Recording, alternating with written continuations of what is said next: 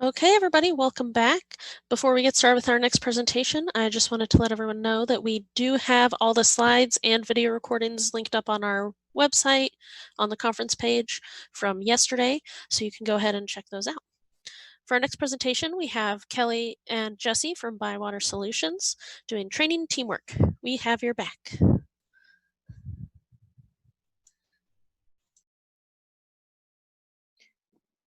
We ready to go? Ready to go. Good. Okay, as Lizette, welcome. We thought we would just tell you a little bit about ourselves before we get into this. If you have not seen our Monday Minutes, please, once you get done, sign up to get our Monday Minutes directly to your email on Monday. My name is Kelly McElligot. As Lizette said, I'm an educator with ByWater Solutions, specifically to Koha. And I've been with ByWater for a few years now and a Koha user for 8 years. And my name is Jessie Zairo, and I'm the Marketing and Outreach Coordinator here at ByWater Solutions. I've been using Koha for about 5 years now. And I should just say, Jessie taught me everything I know. And we have a bomber here in our picture. If y'all know him as Kid Clamp in IRC or Slack, that's Nick. This was a fun trip we took up to Nick's house, and he made us a fancy dinner this day. So just a little tidbit. Yeah. So today we're going to talk to you about training. So whether you're doing training for your Koha users or your library patrons, we wanted to share a few of our tips with you. We train various levels of Koha users, all with different learning styles. And we looked at stats and kind of, to see who was watching our videos and how long those videos were being watched for.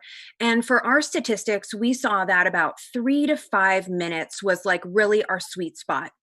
Depending on what the topic was, some were a little bit longer, but about that 3 to 5 minutes was the sweet spot.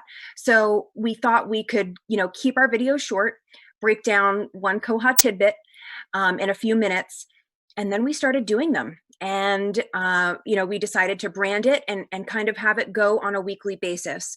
So what Kelly and I are going to talk to you today about is how to get something like that up and running so you can train your staff. Yeah, and if you really want to see Jessie and Kelly way back in 2017, we did some videos just kind of with each other and broke it down with just key Koha features that we wanted to talk about. When partners asked us questions, or we really wanted to dig into something new. So we built a kind of a rapport in the beginning to say this works well. So teamwork. All right, so here's some of our tips.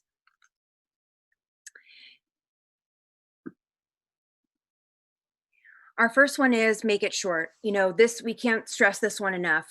We found that the shorter the videos, the longer the attention we have grabbed of our audience.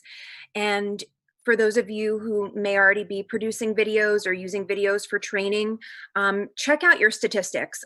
We use YouTube, and YouTube keeps great statistics, but also Vimeo does as well. So if you use Vimeo for hosting yours, take a look at that information. Our max is we try to keep it less than 10 minutes because that, really grabs the attention of your user.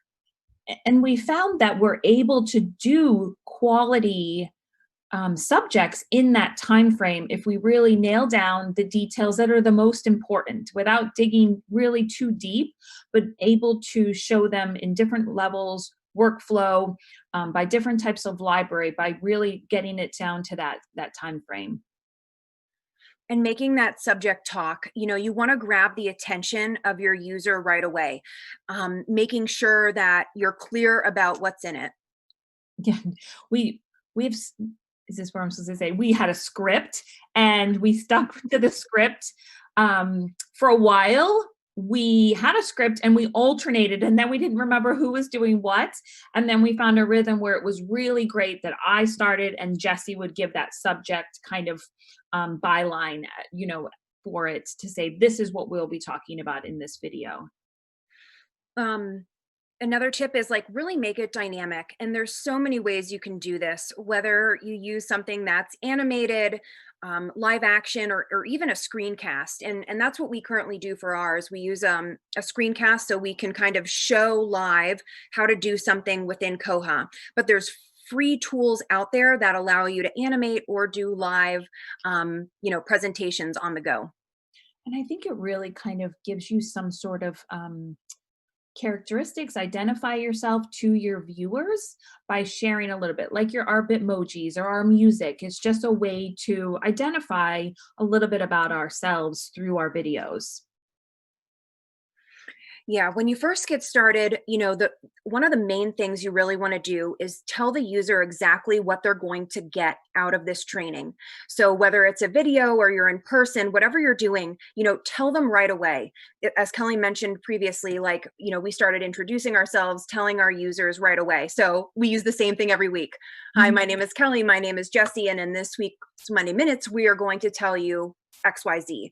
And we found that really helps. Even our colleagues will tell us right away. They watch those first 5 seconds to see what we're teaching, to see if they're going to go on and watch it. However, we have told them now, please continue to watch, because that ruins our stats if you choose to stop watching it, because you already know what we're going to talk about in those 5 minutes. So. Perfect. Oh. All right. So the story, think outside the box. We started doing these just by ourselves, and then we extended to include our colleagues. And you'll see in a couple minutes, we're going to bring Lucas on here to talk with us.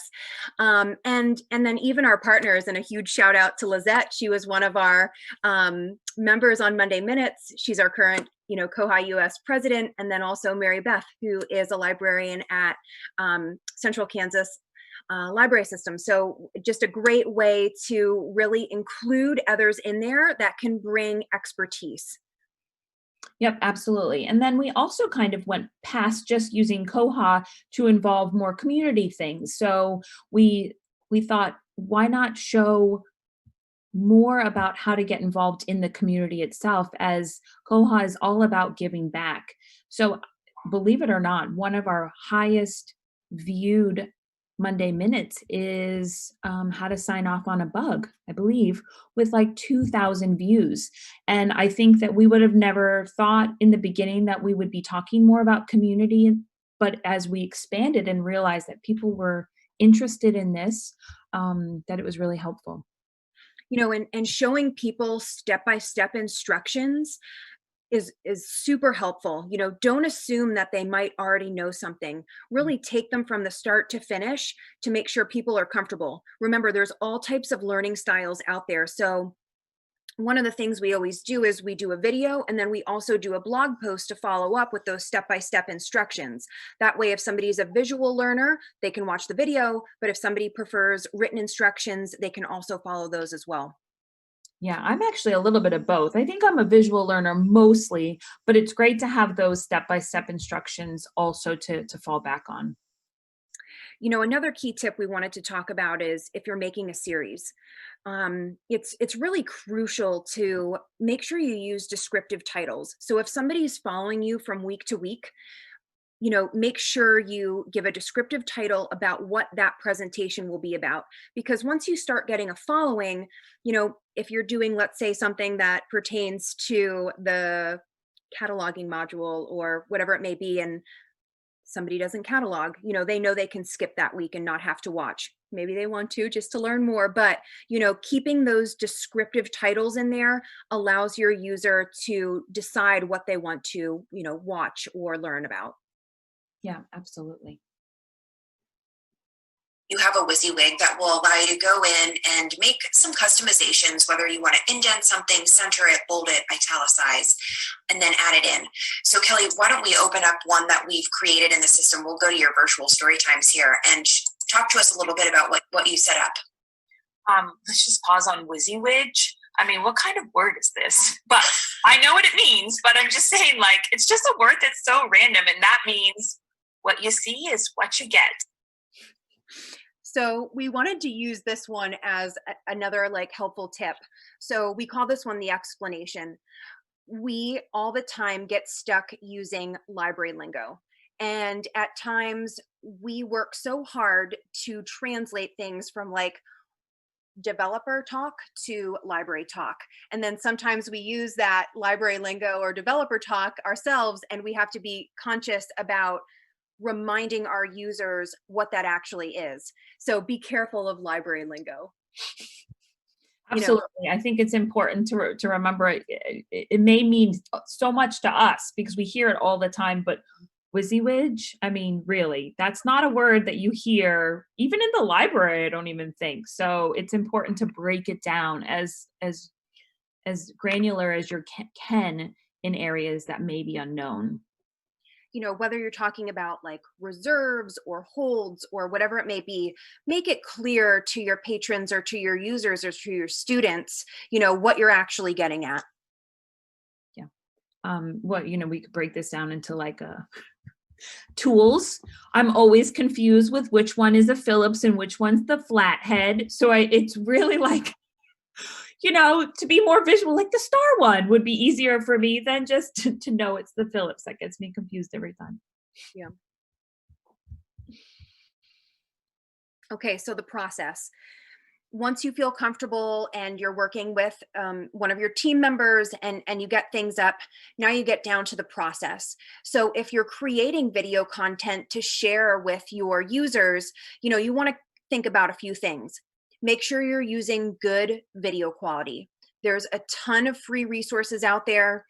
Kelly and I use Zoom every week to do our recordings, and then we extract the video and the audio to create the weekly content. Sound, making sure you use a headset. Kelly, talk to us about what your son had told us. And I'm not wearing a headset today, so I feel really bad, but it's good to have other people tell you what they're experiencing when they're viewing it. My son, my little guinea pig, he watched the Monday Minutes recently and just said, "Hey, your sound is not great, Mom. You might want to wear headphones." As you see, I'm not wearing them today, but that was a good indication to say, okay, I'm in a large room, so probably I need to focus my sound a little bit better than I have been. And that was a great opportunity to kind of step back and have somebody else look at it and say, this is good. So yeah, sound is important, and listening to it through Camtasia or our editing software may sound different than it did in YouTube also. So it was good to hear it in different places. Absolutely. And editing's going to happen. We make mistakes all the time. Even, when we prep and prepare for things, it still happens. So, use editing tools. We use a software called Camtasia, but again, there's free software out there that you can use. And in our presentation, which will be shared with the koha-US community, we did do something a few months ago. Kelly and I did something together called How to Create Video Content. And if you link out to this will talk about those free resources that are available for video, sound options, editing, and things like that, how to brand your content, just to make it easy for you if you decide to go down and create that video content for your library. And if anyone does this from our presentation, I'd love for you all to share it because I'm really excited, whether you learned something from that presentation or this one.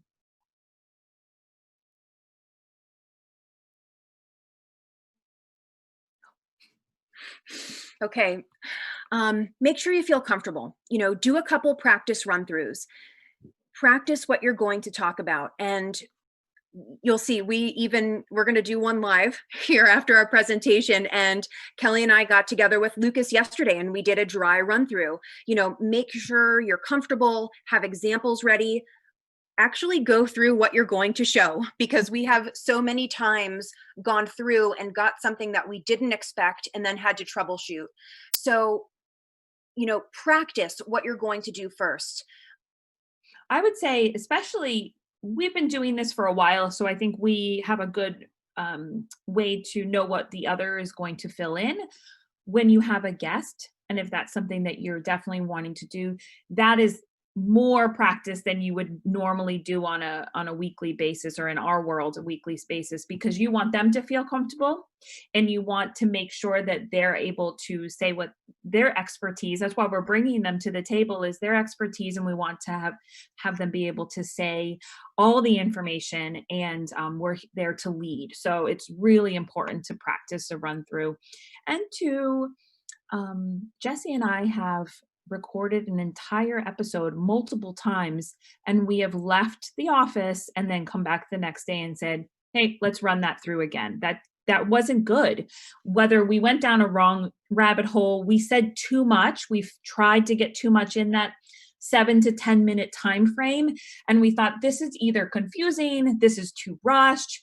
And that's great too, to have kind of that edit and say, you know what, and either we've done it both, each other, to say, we got to do that again. Let's do that again and do it better and focus. So that's really good advice. Like, especially if you're talking about a topic that may be confusing. Like, I remember we talked about lost statuses, and that was one of them that we re-recorded, because there's so many moving pieces, and you want to make sure that you're thorough and you're covering exactly every piece of it, so you don't cause more confusion for your viewers. Absolutely. Lucas is like, what did I get myself into? Again, we'll say this a lot. You're going to make mistakes. And poor Lucas, here we are, roping him in again into another one of our Monday Minutes. This was a good example of one where we did do multiple recordings. So it's okay. You'll make mistakes. Just go back and do it again, and you'll have a lot of laughing. Yeah, it's a great opportunity to just get together and build teamwork through this process, and really build relationships through the video, through talking to other individuals and their expertise. So it's good to have a laugh. And it's good to work with your team. Mm-hmm, mm-hmm. Okay, keep a backup. Everyone knows this, right? We keep backups of everything.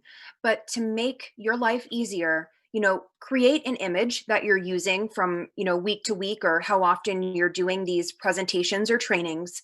And also do audio backups. If you're using any type of like sound that you use from week to week to brand your content, make sure you keep a backup of each of those. Kelly and I have, over the sequence of our Monday Minutes, we have created like a short clip for our intro and closing music, as well as our branded image. So it's an easy way for us to drag and drop those in when we're editing each week, so we don't have to create those from scratch. So this is just a great way. Everyone knows to keep up backups, but try and make things easier for your workflow when you're creating these. And also, a lot of the software now that we're seeing, Camtasia and Canva, have the ability to store these images for you for future use. So you can use their software. I have a folder on my desktop. We have Dropbox. I'm not sure what we're waiting for, if anything horrible is going to happen, but we definitely have that in various places. And a backup's really useful when you're looking for bloopers. And we did find lots of those in our backups. So absolutely.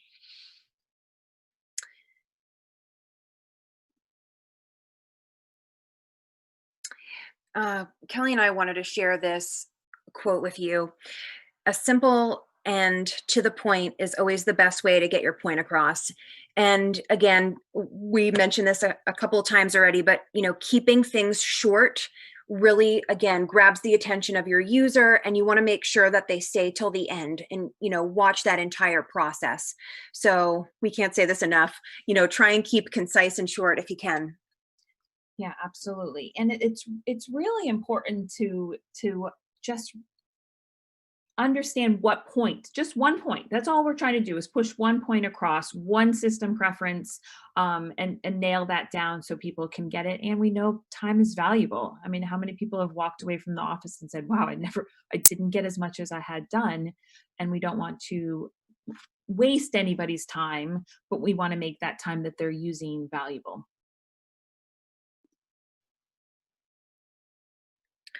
All right, so we have a few last tips that we want to share with you. The first one is make them laugh. You know, you want people to come back and keep watching it, and you'll know, working with teammates, you know, sometimes it just comes naturally. Like, we get in giggle fits sometimes, and you'll see those. A sneak peek for some of you, Kelly does have a blooper reel of all the crazy times we had to do outtakes. Yep. Mm-hmm.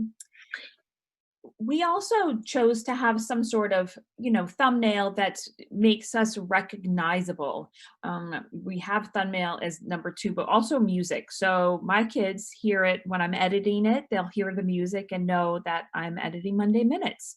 Or you'll see that on a social media site and know that that's Monday Minutes with Kelly and Jessie. So just to have that, it took us a long time to figure out what our kind of look was going to be, what we were going to portray in this thumbnail, but I think we nailed it. I don't know. We should give ourselves a gold star. Share it on social media. You know, you're going to attract people who might not be coming into the library, and this will give you a great way to kind of push that information out. So if you are creating videos for your patrons or your students or your users, make sure you share it on social media. You never know who they're going to share it with, and where it'll stumble upon. So if you have social media with your library, this is a great way to get that content out. And then as an e-learning opportunity, Koha has amazing resources. The Koha Wiki, the manual. ByWater's created lots of tutorial videos, so we're not trying to replace anything. We're just giving another opportunity for a user to learn. And I think having it come to your email once a week is a good way to say, hey, do you want to learn about this new subject? You're not really digging around looking for it, but it's coming to you and you're like, oh, this would be great. So just another way to get learning incorporated in your day-to-day life. Sometimes we don't feel like we have the time, but again, it's great to have that opportunity. If you're pushing it through places like, YouTube, people can subscribe to your channel and then they automatically get that update. Also, ask for input from staff and patrons. This is great. Staff know what other patrons are asking you, or students, or even have an area where your patrons can send in suggestions. Kelly and I get suggestions all the time. People ask in tickets, hey, can you talk about this in your next Monday Minutes? And we really look for that because we want to share as much information with our viewers out there as possible. So ask for input, have people share information with you. And what's relevant to you may be not something that we know is relevant to you. So, having that opportunity to say, this is something we're dealing with, or we have a question about, given all that's going on in the world, trying to accommodate the world right now. We put something on our website that they could fill out a form and say that was a suggestion. So we gave them that opportunity. And of course, our email and tickets. Yeah.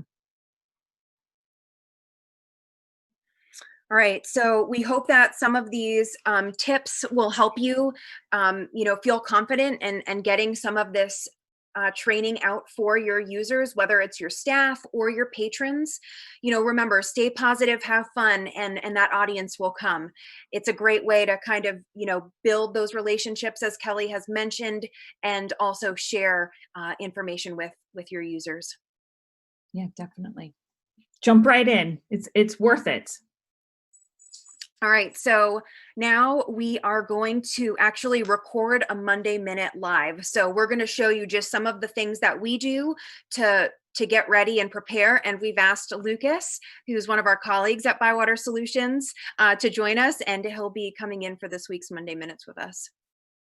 We'll try to not to make too many mistakes, but if we do, then when you see the finished product in a few weeks, then you'll know how we edited those. So let me start sharing my screen.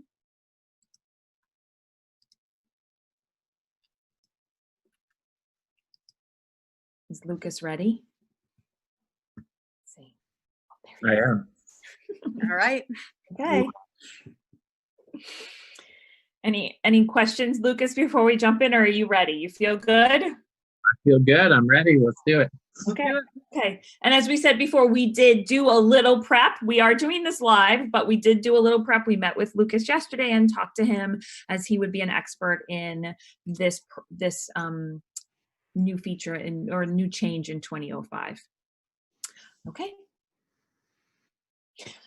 Welcome to this week's Monday Minutes. My name is Kelly.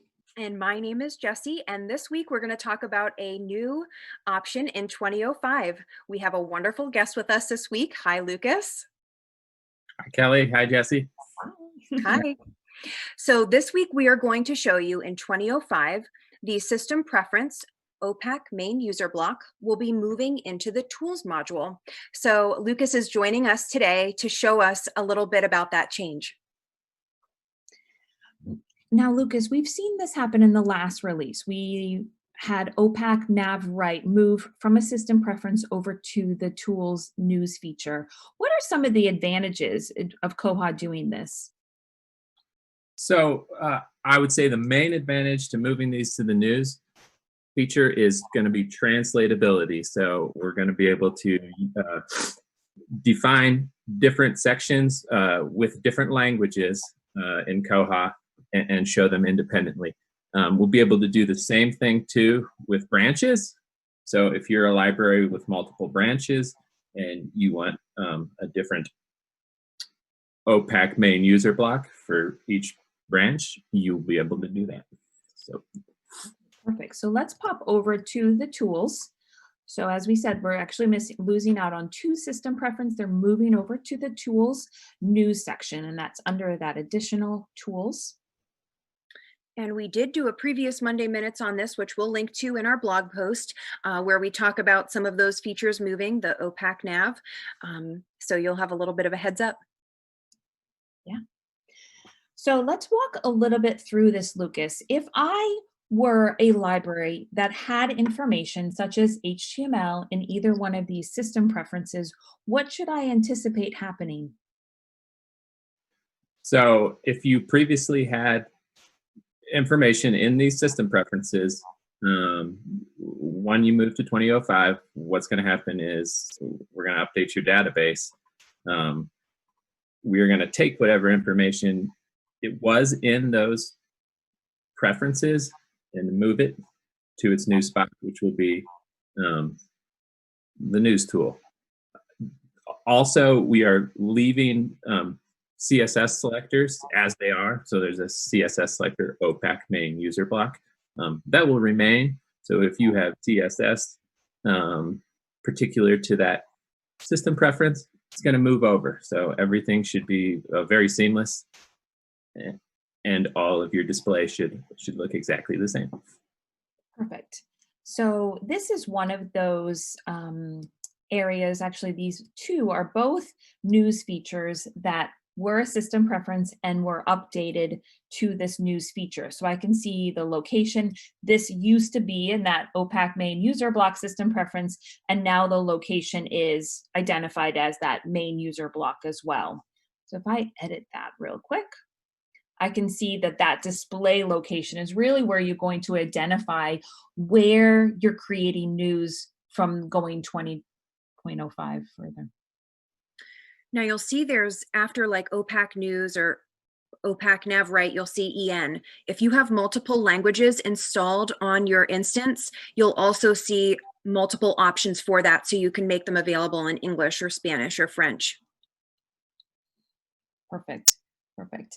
And do you find any advantages, Lucas, to using this text editor over using the OPAC system preferences?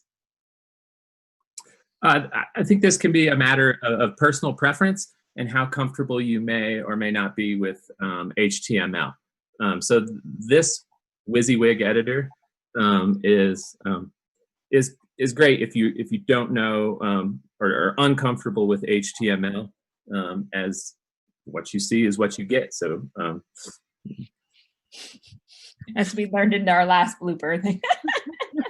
That I think Lucas was on that one too. I think he probably was.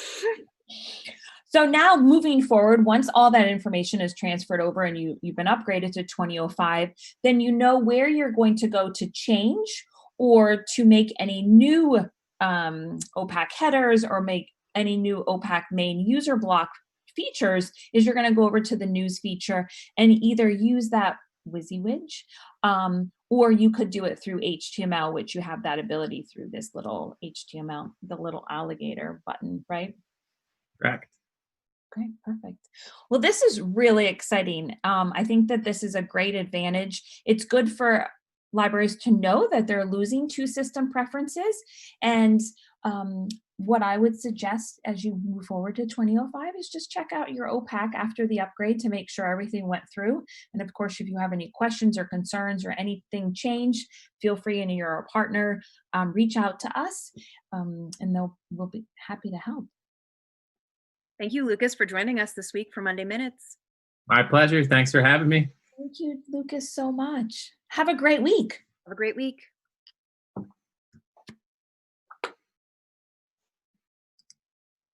Okay, and that is usually the place where we pause and end our recording and tie things up. And then we usually download it, and then Kelly and I kind of meet back and talk a little bit. Each week we divvy things up. So again, teamwork. One week Kelly will edit the video. The next week I'll edit the video, and then we switch back and forth with the blog post as well. And again, just to show you about amazing teamwork, if one of us is training one week, we'll both take on the job. So it's really nice, again, working as part of a team. That way you can jump right in with your colleagues and, be able to split it up. And I think also doing something solo is sometimes not as, I don't know what the word is, but like there's so much motivation if you're doing it with somebody else. They will drive it when you feel like, oh, maybe not this week. We've had Monday holidays where we're like, wouldn't it be great? But we've continued to go through because we know that we're working together, and we have a mission to educate Koha users as much as we can. Absolutely. Yeah. So if we can help you get started, or you have any questions for us, we put some of our information here up on the screen. You can watch our Monday Minute videos. If you go to koha.bywatersolutions.com, you'll be able to see that information.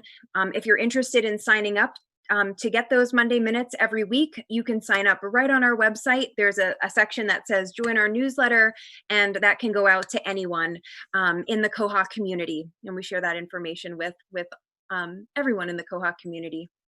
I can say that Jessie's mom was watching Monday Minutes way before my mom was watching Monday Minutes, but I did send my parents the curbside plug-in one because I was so happy it was more relevant to lots of people to show what libraries were doing.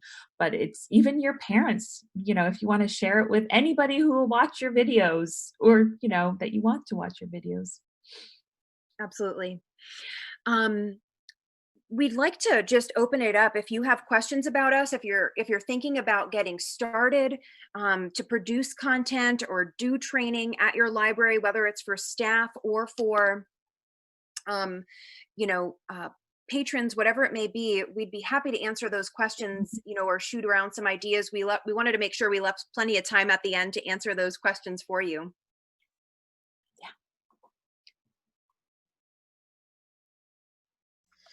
And we did get a few questions already in the chat. Okay. Let's see. Well, there were a few questions about if we'll ever be able to see a blooper reel, which it sounds like that's coming. Heather suggested that earlier on in the presentation, and then Ed said, "Oh, I hope so. Monday Minutes blooper reel, please." And then there was much excitement in the chat when you announced it. Koha Con 2020, we have another presentation, and there is a very long blooper reel of lots of errors. So stay tuned. Maybe I'll have more. Maybe I'll have more. You'll have to watch that one too, because it's different than this one. So there were also lots of great comments about Monday Minutes in general. People who were like, "These are great." Dwight Walker said, "I learned about Koha via Monday Minutes in early days. That's awesome. Using Koha, very easy to understand for a newcomer." George said, "All those views are probably him watching the same video 1,400 times, trying to remember all the steps." Culture Library asked, "Do you use an app for reading your scripts?" Oh, no. Mm. So in the beginning, In the beginning, we were a lot more structured. When we were kind of getting used to how we were doing things together, we would definitely write them out. We would use just a Google Doc and we'd throw ideas in there and kind of just go through it one by one. And I'll say where we did struggle in the beginning was remembering from week to week whose turn it was to decide and talk first, until we were finally like, Kelly does the initial introduction and then I talk about what people are going to learn. So once we kind of figured that out, it was like, things went a lot smoother for us. But we used just a Google Doc, in Google Drive to kind of keep that script and what we were going to talk about. And Kelly, do you want to talk about what we do in Trello now? Yep, to keep track? Yeah, so we have a Trello board. I believe that's a free kind of software or program or something on the computer that we put ideas as I've answered tickets, or Jessie's heard a question from a potential library where we'd like to expand on that. So we have a Trello board that we put all the ideas, and then we look at them and choose from week to week. And I also want to talk a little bit about the script. We've now got each other's, I think, facial cues on when one of y'all wants to talk over me talking. I can see where Jessie's going. And I think that just builds over time. It's just a matter of, we can see eye to eye to each other. We can see when we're maybe struggling or the other person has something to say before we move on. So. Great. And Thomas asked for a link. I think that was when you were talking about signing up for the newsletter. Yep. So I'll share our screen too, but if you go to ByWaterSolutions.com and you just scroll all the way down to the bottom, there's a little link. It just says join the newsletter. If you just put your email address in there and hit subscribe, you'll get added to our email list. Great. And then let's see, Dwight Walker asked, how do you come up with so many interesting topics? Do you write a lot of koha? We really depend on feedback from our staff. So as you know, ByWater Solutions provides support for we have about 2,500 libraries throughout the United States and worldwide.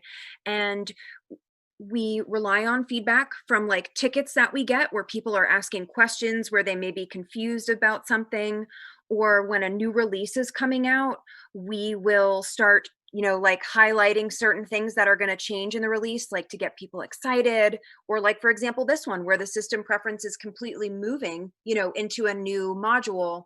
We want to make sure that people are prepared for that. Yeah, and I think that we hear a lot of questions, within the education team and during meetings. We'll talk about recent questions through tickets, or when we're, training libraries, what area we would like more documentation or more ways to get the point across versus just the manual, and how we can dig a little deeper and share something with a user. So we used to have, I think Jessie started, she had a Google Doc of a lot of answers to questions. And now we have most of those, we have a video that we can share. So, and that has step-by-step. So we've really streamlined that process to be able to say, this is a really great topic, and a lot of people want to get more information about it.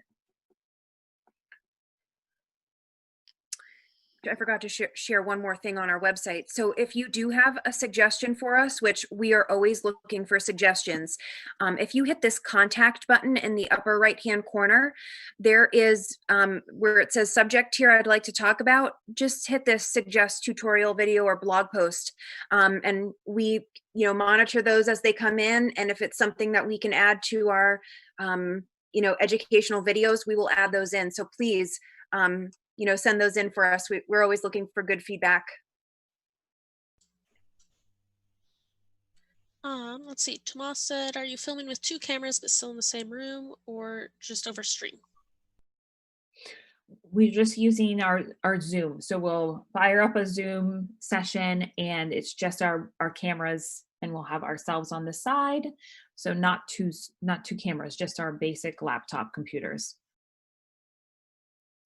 We're actually going to try something new. There's a new app out called, Oh yeah. And that's something on our list to try, a new option for presenting. What's the app called? Like M-H-H-H-H-H-H-H-H-H. Okay, I wasn't sure if I had just like missed it Nope. or if it was that. Okay. I've played with it a little bit. There's going to take a little bit of using it a lot to get comfortable. I think we're really comfortable with Zoom and our editing software. Of course, change is always good. Switching it up a bit, having more functionality would be great. So it's a potential. We just haven't gotten to it yet. And then Ed asked in the chat, I admit that we're borrowing your videos for training our training of frontline staff. Do you have any plans to freshen up some of the older, very basic how-to videos? Jessie, maybe you could share our koha.bywatersolutions.com. Yep. We did some self-paced training, tutorial videos. Jessie and I, as we were supposed to be somewhere together on site training a library, they asked for short tutorial videos. They are not Monday Minutes branded, but it is with both of us. But if there is any that you find that you're using and would like freshened up, please let us know. We do try to go back and unlist things that we have done newer ones of in our YouTube channel, but it's good to get other eyes on that. Yeah. So if you come to koha.bywatersolutions.com, we revamped our education section based a lot on Jason's beautiful work that he did on koha-US, their website. And we wanted to give our users an easy way for them to explore Koha. So if you're a new Koha user, you can come here and go through kind of some pre-training options, but there's also self-paced learning. So we have the staff interface. So this would be for any new staff that you have, and this will go through a lot. We have a lot of short videos on here where you can kind of pick the module that you want to learn, and once you go in there, there'll be a breakdown, like almost like a little tutorial list where you can see some of those quick short videos on how to do things. We usually try to link you out to the Koha community manual. That way you can see that information as well. And then if we have any type of blog post or video that pertains to this, it will be in this short little section. So we tried to organize as much as we can in there, and Kelly and I are pretty diligent about keeping a spreadsheet of ones that we have to update as we go through and add those in. We also have, this was a Monday Minutes most recently, but there is, if you go to Self-Paced Learning OPAC, these are all tutorials for your patrons. So they're very focused at coming in and actually searching from the OPAC side of Koha. So they're more focused on like, how do I place a hold? You know, how do I create a list? How do I use the cart feature? And please feel free to use those videos and share them, you know, with your users. Absolutely.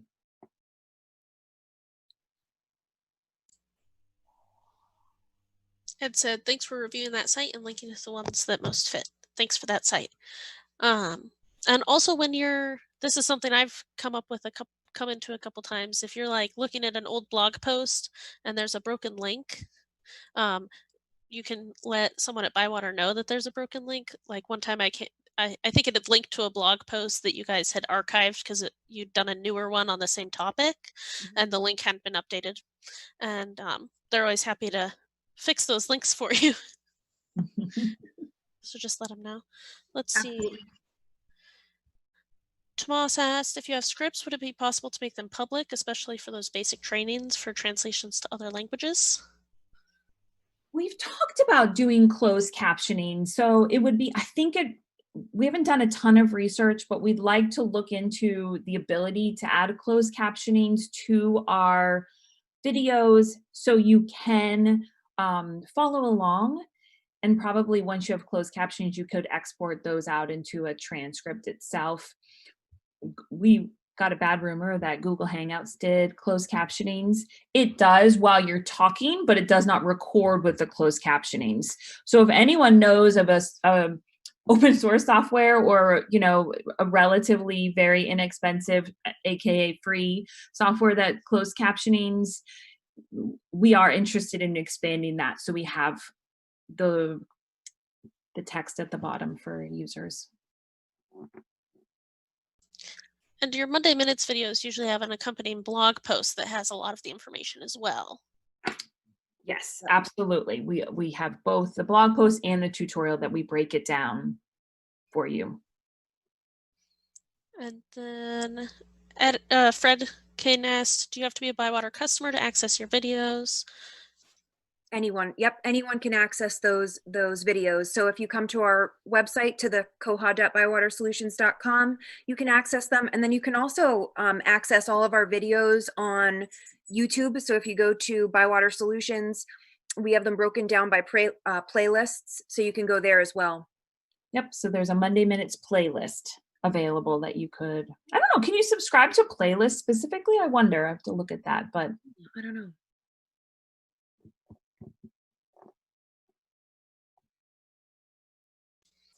Heather said, I've used YouTube's automatic captioning. It's not bad, just have to edit it after it's generated and before the video is published.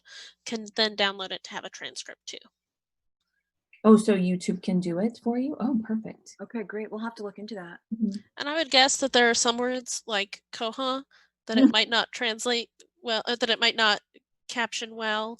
So definitely going back in and fixing that. Although it's a Google product, so its algorithm might eventually learn if you go in and correct it all the time. Exactly.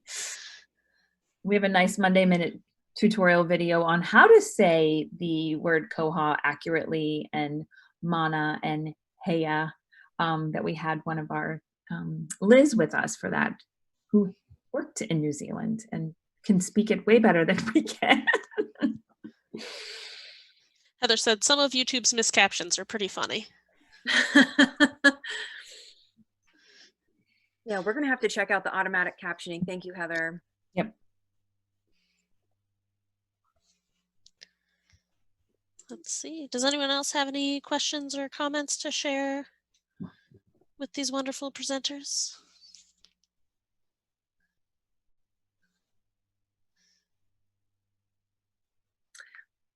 Well, thank you so much for having us. We love being part of the Koha community. We always want to help.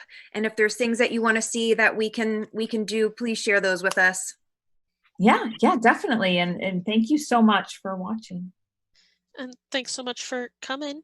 Fred also said, you definitely need to edit before publishing the captions. Trust me. So I feel like there's a story there for you to tell us one day, Fred. Yes, you'll have to fill us in, Fred, for sure. Okay, thank you very much. I think we'll break a little early and we'll be back at, I think it's 10:15 Pacific time for the next presentation. Let me find that tab to be sure. Yes, 10:15 Pacific, 1:15 Eastern for our next presentation with Fred. Thank you so much. Enjoy the conference.